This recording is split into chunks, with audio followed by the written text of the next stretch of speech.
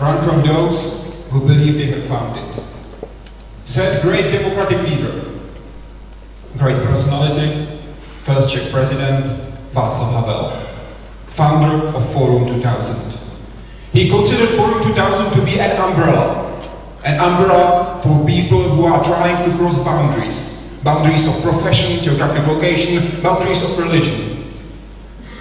I believe you came to this year's Forum 2000 to seek for the truths, to talk, to debate, to discuss the democracy and education, and to explore the different forms of their relationship.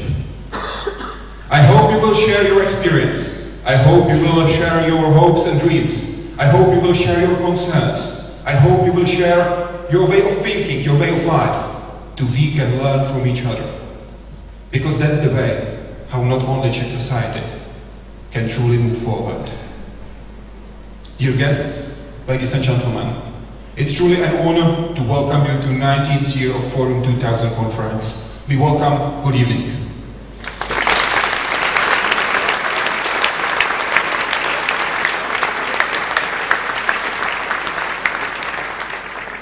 Orchestr Berg was and will be playing for you. It's an orchestra that has opened 15th season this year. It's supporting especially young Czech composers. But for the opening, for the true opening word of this year's 19th years of Forum 2000 conference, I would like to ask a special man, Czech scientist, brother of Václav Havel, Mr. Ivan Havel.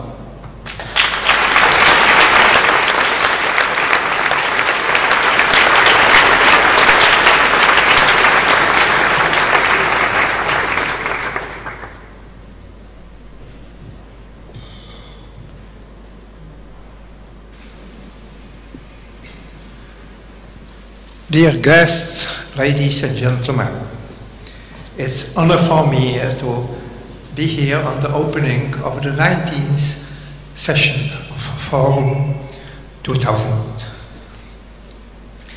Looking back, I am astonished how many themes were discussed at these sessions, and being originally a mathematician, I tried to do some statistics of terms which appear in the titles of the meetings. Here are the winners only. 5 times global, 4 times democracy, 2 times coexistence, freedom, hopes, responsibility, and war. I believe that this statistics, in spite of the weird method used, may signify something important about the favorite concerns of Forum 2000. This year the term education is added to the list. As a matter of fact, my late brother considered education as one of the desirable themes for future meetings. He was certainly aware of the ambiguity of the concept of educational process if we acknowledge the immense power that the educators may have at their disposal.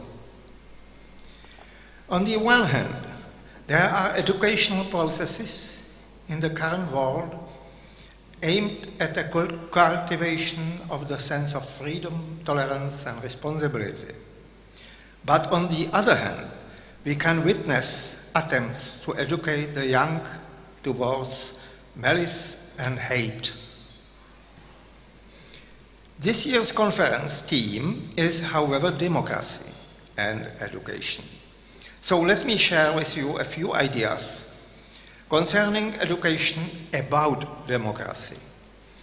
I believe there are 3 options to be discussed. First, there is the theoretical education about democracy. It is mostly in the hands of political scientists and political philosophers who teach and discuss them in their specialized classes and seminars at universities. However, I have to confess a degree of skepticism about the possibility of including deeper philosophical discussions about the very concept of democracy into general curricula at universities, secondary schools, not to mention primary schools. Scholarship about freedom does not necessarily bring freedom into our hearts. The second option I want to mention is empirical education about democracy. It may consist in observing and learning from actual practices of democracy in one or another concrete nation. Of course, everybody, not just specialists, can do this. However, the actual democracies in the world are far from being embodiments of the ideal democracy. Hence, such study might involve more analyses that are critical and a practice based more on discussions than on theoretical inquiry. In fact, one can even learn from very critical attitudes. For instance, Friedmanian economists are very skeptical about the efficiency of democracy. The argument is that voters in elections may be rather uninformed about many political issues, and they may either support issues of which they have insufficient knowledge or counter them. Even in our country, we are nowadays facing this problem. From the viewpoint of empirical education, the best strategy is free and open debate. In this, one should give more attention to the role of the historical evolutionary processes. In this respect, I would like to quote some thoughts for once, not my brothers, but my fathers. Back in the 30s, and his 30s, my father once delivered a lecture with the title, "Before the Young Step In." In the lecture, he discussed the problem of the young generation replacing the old one. He was not exactly happy with democracies of the time, but in the end, he was optimistic. Let me quote. "The current state of democracy is not yet the democracy that would be firmly anchored in the wall of human society. After all, we know that every cultural epoch undergoes a certain evolution before it manifests its peculiar character. The same happens with democracy of the modern epoch, the first stadium of which, the liberalistic, he meant uncontrolled democracy, was in fact a sort of crystallizing process. Of course, the mere observation of democracy in action may not bring democracy into one's heart either. On the contrary, perhaps. So far, I have mentioned two options of educating towards democracy, the theoretical one and the empirical one. There is actually a third option, namely practical education. This may be endorsed by the very style of academic life that would bring students into direct contact with an authentic democratic environment.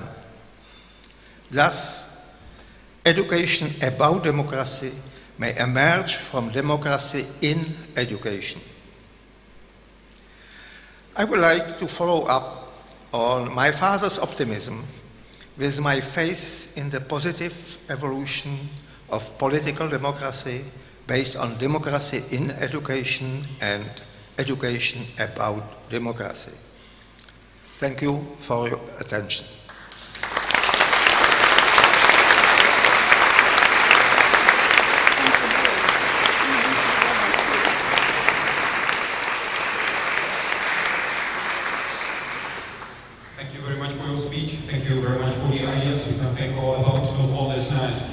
now I would like to invite the second speaker on the stage, and a man who is the Executive Director of Forum 2000 Foundation, Mr. Jakub Klepal.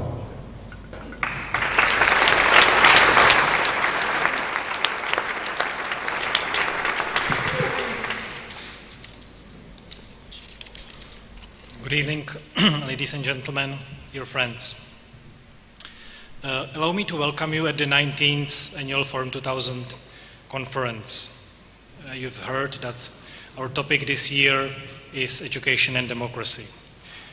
We feel this is a critically important topic, and I will refer to it in a moment.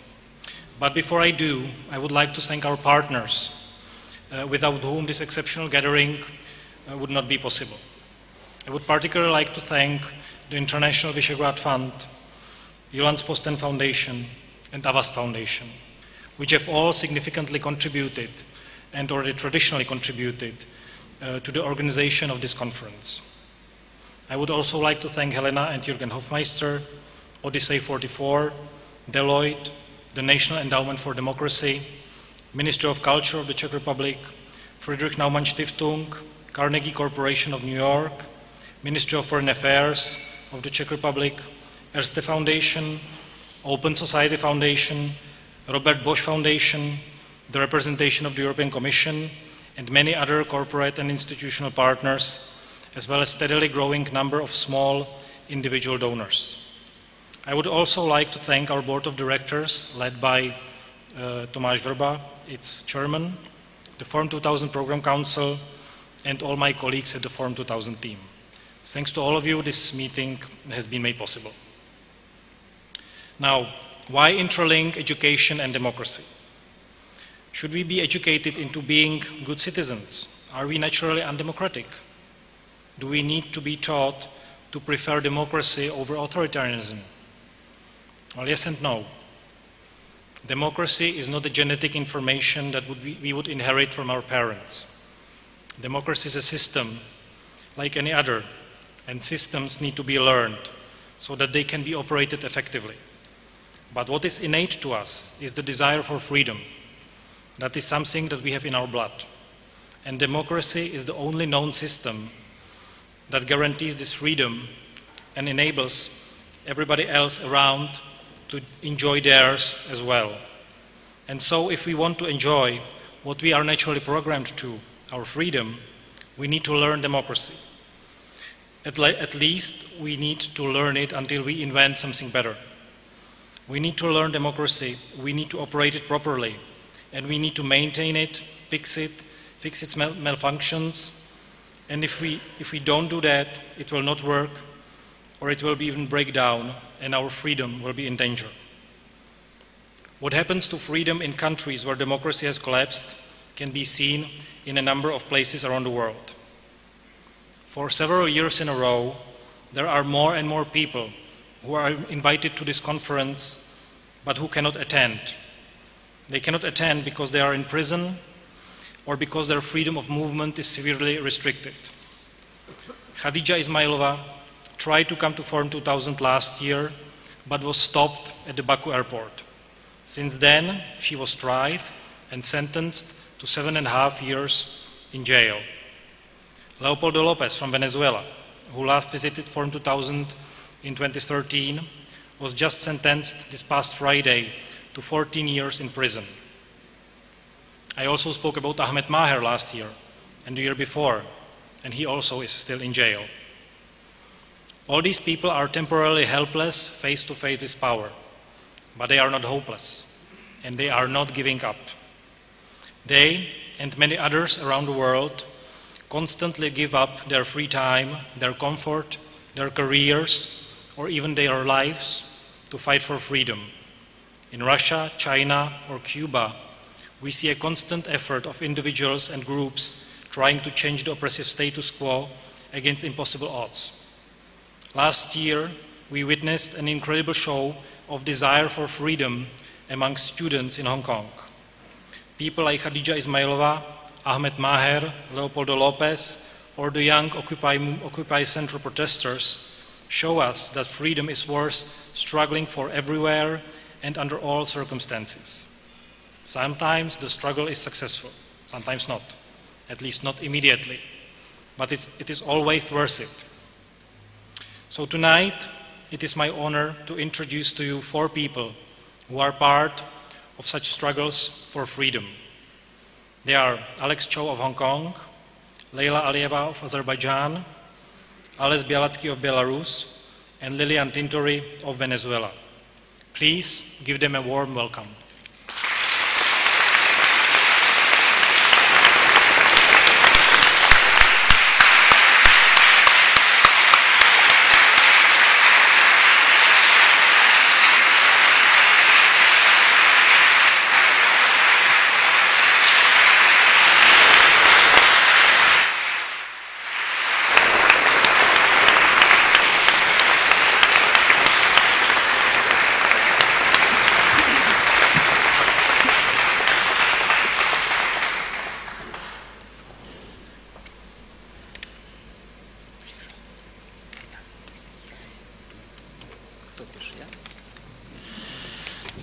Sorry, I will speak Russian.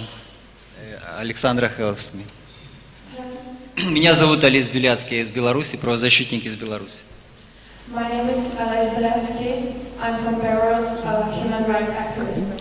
Я хочу всех приветствовать на этом форуме, на этом большом событии в жизни Европы.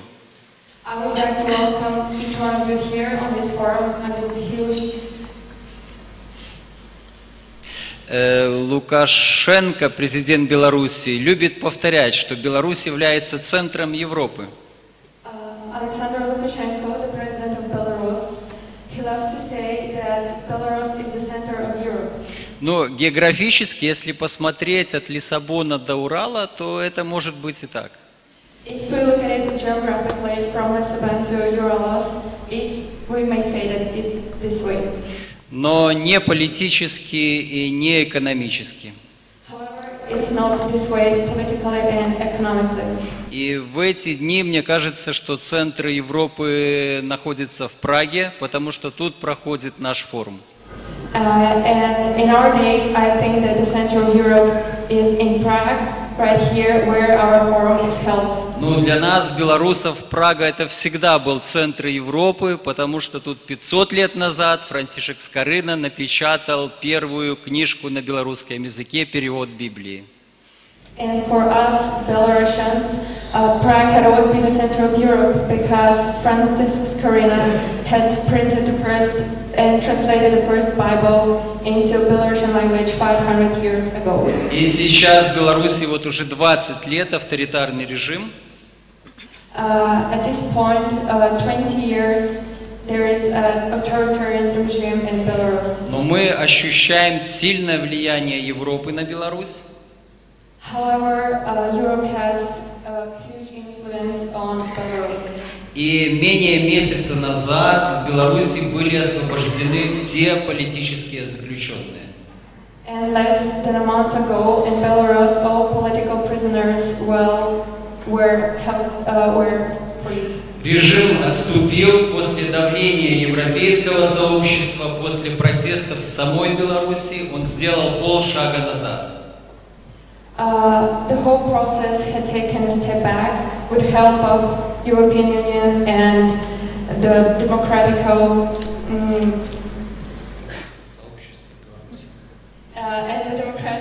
society in Belarus. Но это тактическая уступка, тактическая победа. But this is a strategical win.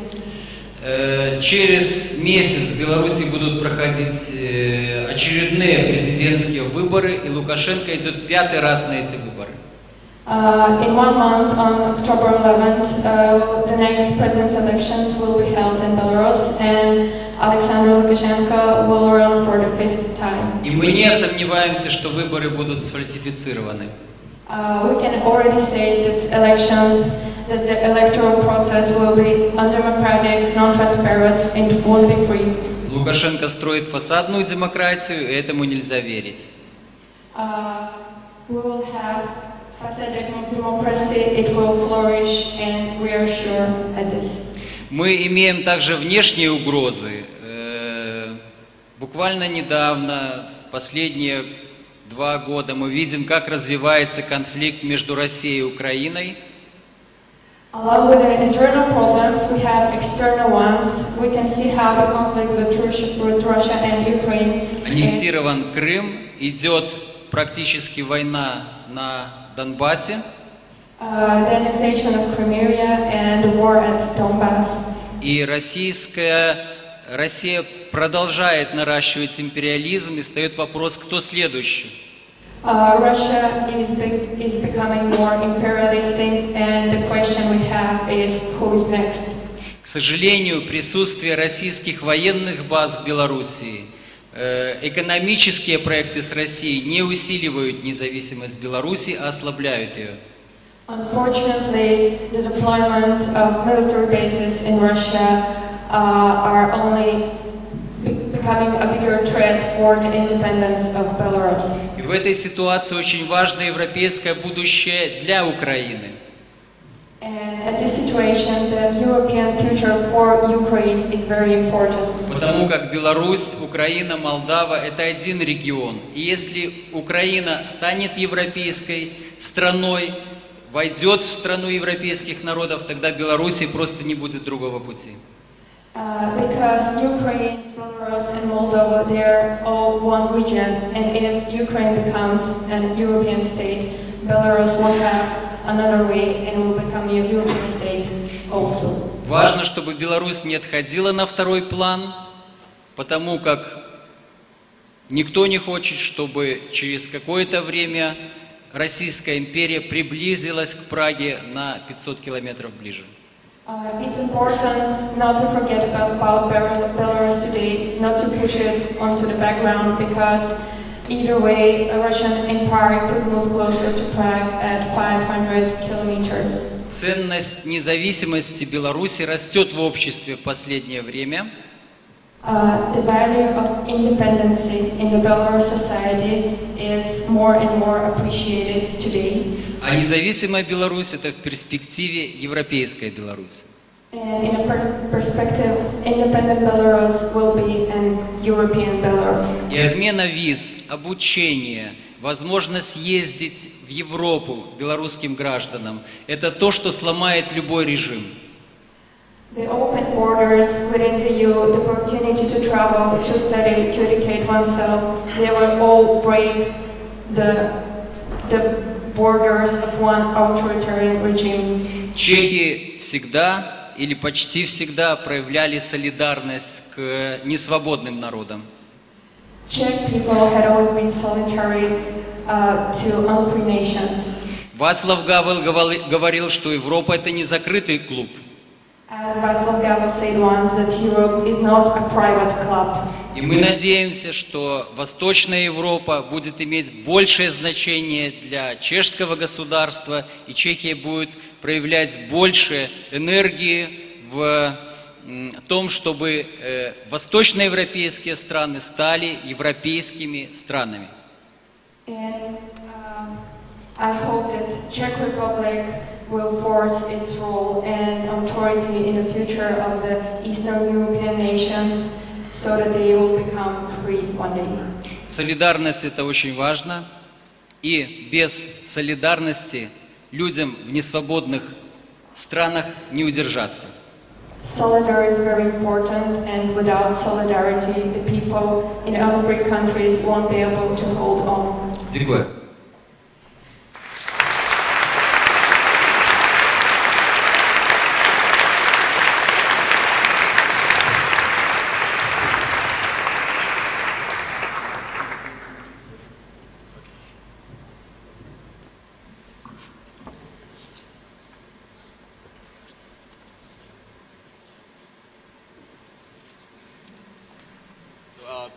Being young is being stupid, so I got this little stuff with me.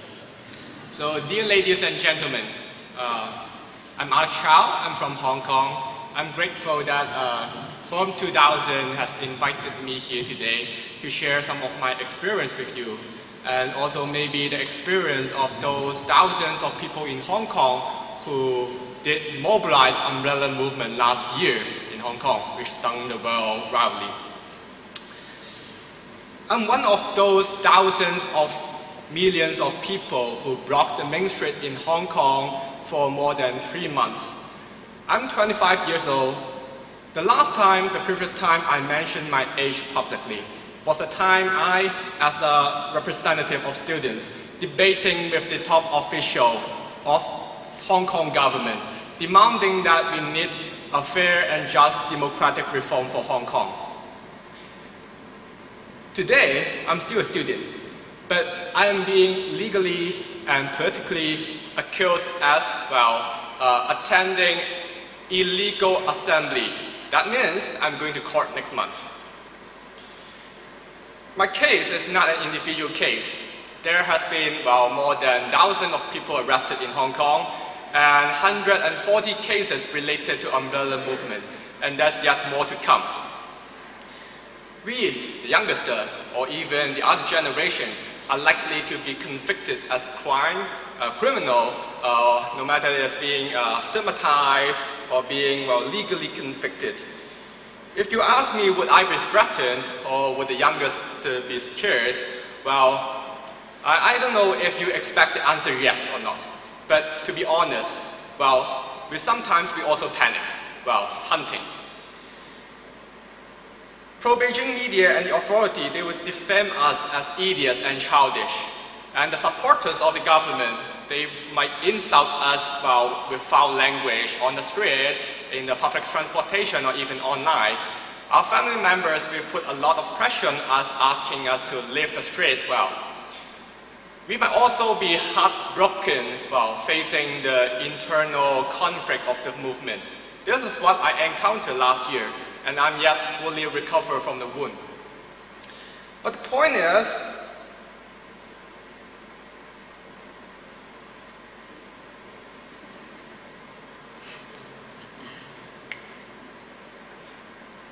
is,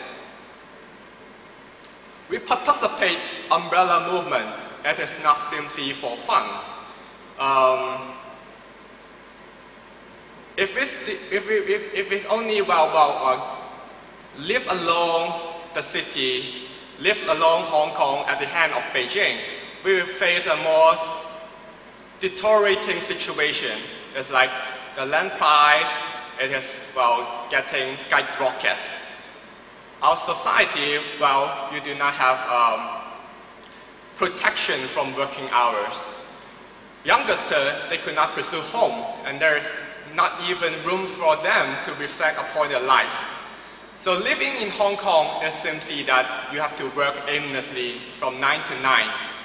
Is this the life that we expect in such modernized city like Hong Kong today?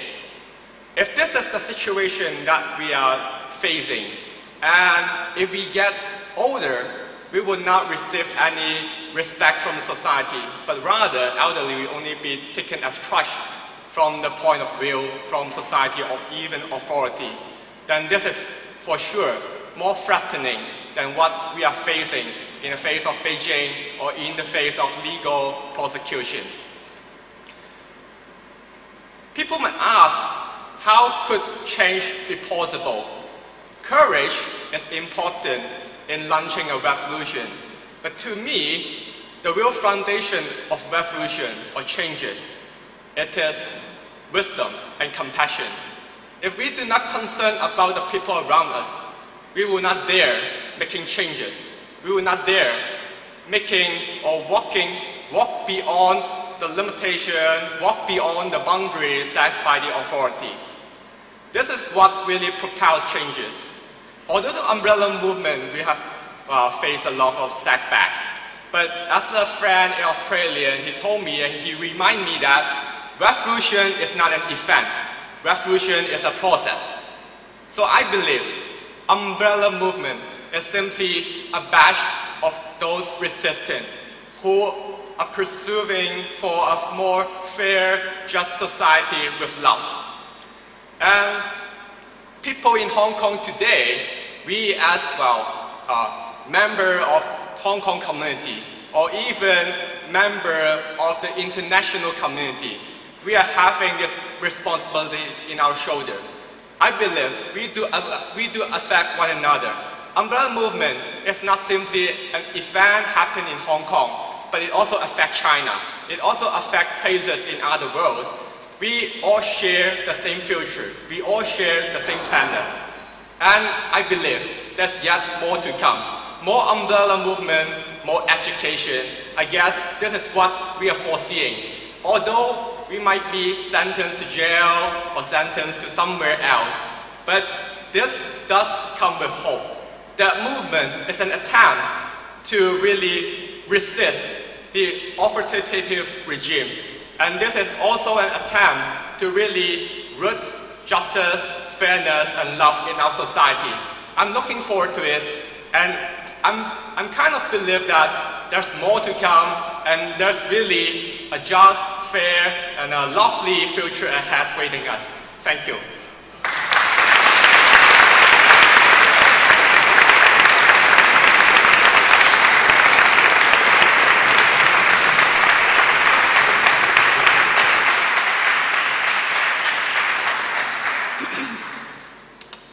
Dear hosts and guests of the conference, I'm happy to be here today. I always thought that there was a serious lack of channels for voice of Azerbaijan democracy to reach out to European and world public, as these channels were mainly dominated by energy issues. Fight for democracy and freedom is harder in the country where the autocrats have huge resources at their disposal. They don't need cooperation with the rest of society. In addition, activists and community lack allies, unlike in other autocratic states, because all, including democratic states, need energy. 2014 was a dark year for our civil society. Its leading representatives were either arrested, like human rights defender Intigam Aliyev, who got a Human Rights Prize here in Czech Republic just before that, or on trumped-up charges, or had to leave the country, like myself. The number of criminal cases by the Serious Crimes Department of the General Prosecutor's Office were opened in connection with activities of leading NGOs and their donors. Bank accounts of many NGOs were frozen by the decision of court.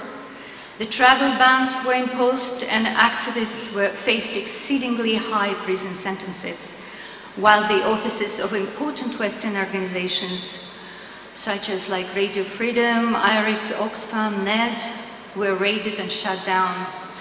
Not NED, but NDI. The personal stories are dramatic and heartbreaking.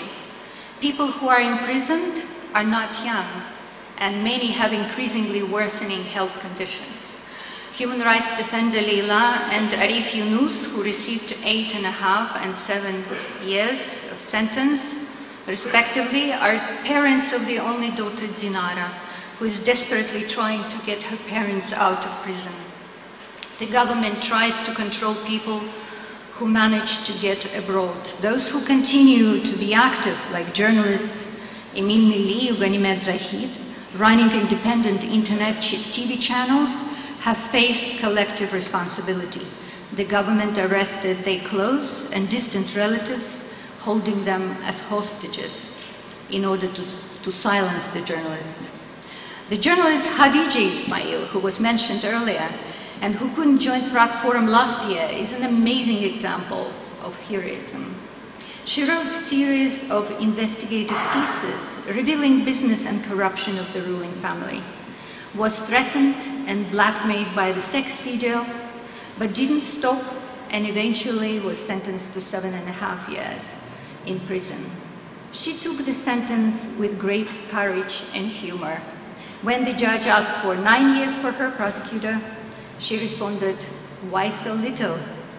She also said that nothing could break her, and that she would build a house from the stones that are thrown at her.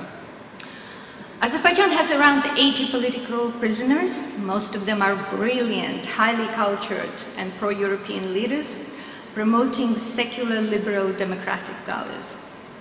In spite of this, and in contrast with Belarus, the EU has been building successful business cooperation with the country. 100 years ago, the US President Woodrow Wilson said, after meeting the official delegation of Azerbaijani Democratic Republic in 1919 at the Paris Conference, "I met with a very dignified and interesting people from Azerbaijan, men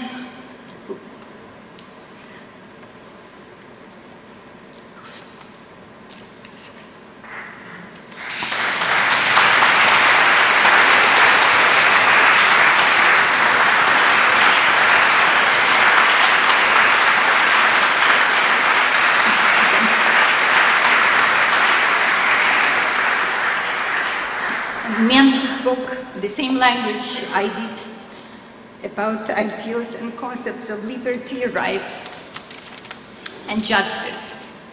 A century later, the Western leaders distinguished and praised Azerbaijan for its role in EU's and US energy security. This has a direct relevance to the topic of the 2015 Forum 2000. As Václav Havel said, the tragedy of modern man is not that he knows less and less about the meaning of his own life, but that it bothers him less and less. Azerbaijan is important, but not because of oil and gas, but because of those numerous activists who, in spite of the unfavorable conditions of the oil riches, continue to struggle for ideals, risking their lives and proving the nation's significant democratization potential and capacity to influence. Thank you.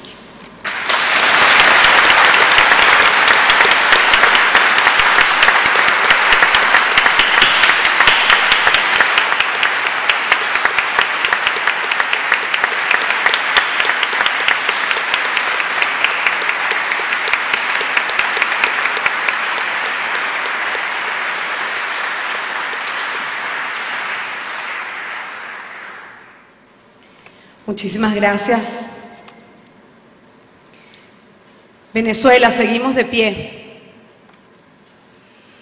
Venezuela sigue de pie, trabajando por la libertad. Mitzi Capriles, seguimos de pie. Tamara Sujú, seguimos de pie. Milos Alcalay, seguimos de pie. Mitzita, seguimos de pie. Thank you to the 2014 organization and sponsor for inviting me to speak and share this space with you. Tonight, I wear green as a sign of hope. All we need is love. As Havel said, all we need is love. For love, I'm here. For the love I feel for Léopoldo, my husband, for my family, and for the love of my country. Today I'm standing before you all, but it should really be my husband, Léopoldo López, leader of the Popular Will Party of Venezuela, who is currently in prison, who should be here. Léopoldo turned himself in 19 months ago to an on-fire judiciary. This past Friday, 2 days ago, he was sentenced by Nicolás Maduro regime to 14 years in prison on accusation that he allegedly incite violence through subliminal messaging without any witness or evidence that link him to the accusation. Léopoldo is in prison for calling for peaceful, democratic, and constitutional protest in order to demand respect for our rights in the wake of the serious economic, social, and political crisis that Venezuelans suffer from daily. that call was massively attended. The judiciary is the service of the regime. The justice is the service of the regime, and there is no separation of powers. The trial violated due process, and he was convicted without any evidence. Unfortunately, this is what it takes to realize that we are under a dictatorship. The reality is that Léopoldo was in prison for his ideas, for having confronted the regime that has failed its people. Friday, Amnesty International recognized Léopoldo as a prisoner of conscience. The regime persecutes us and censors us for thinking differently.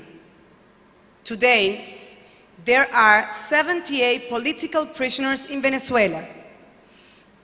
They have disqualified, banned from office, and persecute many opposition candidates, including our mayor of Caracas, Antonio Ledesma. They illegally deposed mayor of San Cristóbal, Daniel Ceballos, and the representative, Maria Corina Machado. These have been very difficult times as a mother, as a wife, as a Venezuelan. Being in the sole caretaker at home, raising 2 children, is a challenge in itself. My daughter Manuela, who is 5, has asked if her father will die in prison. My son Leopoldo Santiago, who is 2, took his first step in Leopoldo's cell. When they arbitrarily prevent us from seeing Léopoldo, it is me who must pull them away from prison gates as they cry. Over this past year and a half, and right now in this moment, Léopoldo has been victim of inhuman and degrading treatment. A total of 9 months he has been isolated. He's been isolated in a 4-story building with no books, no to read, and no notebooks, no pens to write. Léopoldo says he is in prison, but all of Venezuelan is in prison.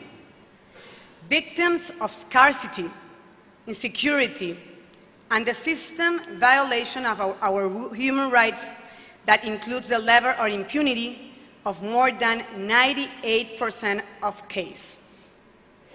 With this sentence, the regime has not only frontally challenged Venezuelan law, but international law, as they are blatantly violent the calls of the immediately release of Léopoldo López by the UN, Amnesty International, and Human Rights Watch.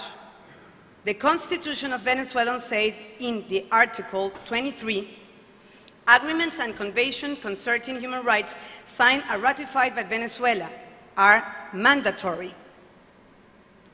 Léopoldo quoted Martin Luther King on the day of this trial and asked us not to surrender. If you can fly, then run. If you can run, then walk. If you can walk, then crawl. But whatever you do, have to keep moving forward. I'm moving forward. All of you moving forward, being here in Forum 2000. Venezuelans understand that meeting this challenge requires the union of all political and civil sectors and the unconstitutional support of democrats of the world. In the face of tyranny, we cannot rest.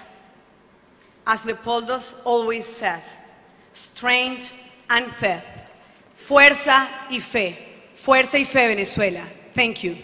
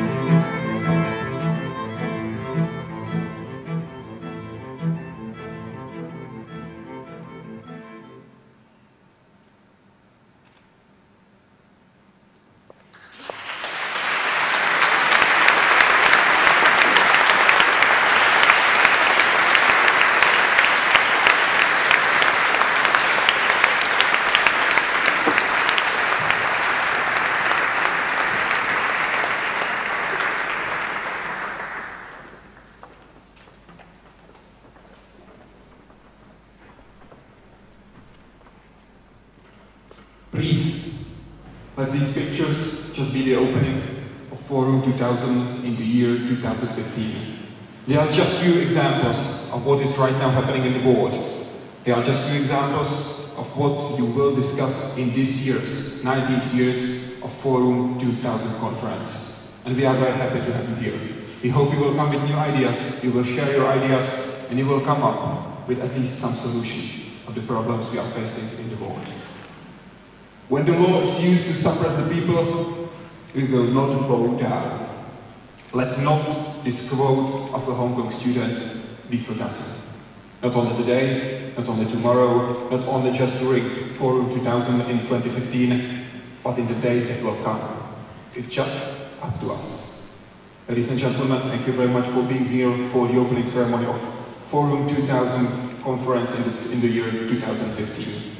The banquet is opening downstairs and upstairs. I hope you will join us in the discussion during the week. Thank you very much indeed. Enjoy the day, enjoy the evening. Thank you.